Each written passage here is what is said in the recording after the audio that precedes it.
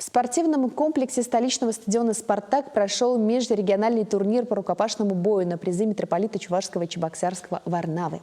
С итогами наш спортивный корреспондент Вячеслав Ильин. Четвертый, теперь уже межрегиональный турнир по рукопашному бою собрал в столице Чувашии команды 6 регионов России. Почти 250 рукопашников в возрасте от 8 до 17 лет оспаривали 47 комплектов наград в 5 возрастных группах. Соревнования подходят под патронажем православной церкви, но это не говорит, что тут все православные. В данном турнире принимают участие мусульмане, люди народа других конфессий. Цели и задачи проведения данных соревнований – это объединение народа. Бог един, и мы служим доброму делу, укреплению нашего государства. В роли хозяев турнира выступали воспитанники созданного 5 лет назад при Чувашской епархии православного спортивного клуба «Булгар». Наш клуб «Булгар» выступили порядка 40 человек.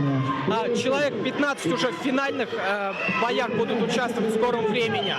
Но я думаю, то, что наши ребята действительно займут первые места, покажут достойные бои.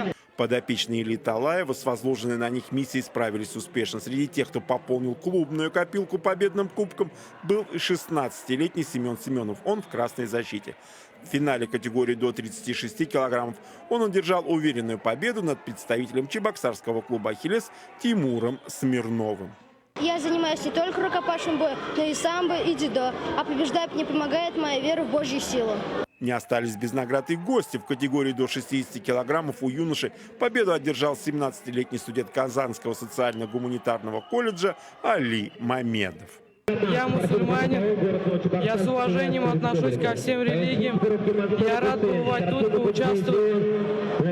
Рад, что победил? Конечно, рад. Благодаря Всевышнему Аллаху я сегодня одержал победу. Благодаря моим тренерам, родителям меня воспитали. В командном зачете кубок владыки Варнавы завоевала сборная республики Мариэл. Дружина чебоксарского клуба «Булгар» на втором месте.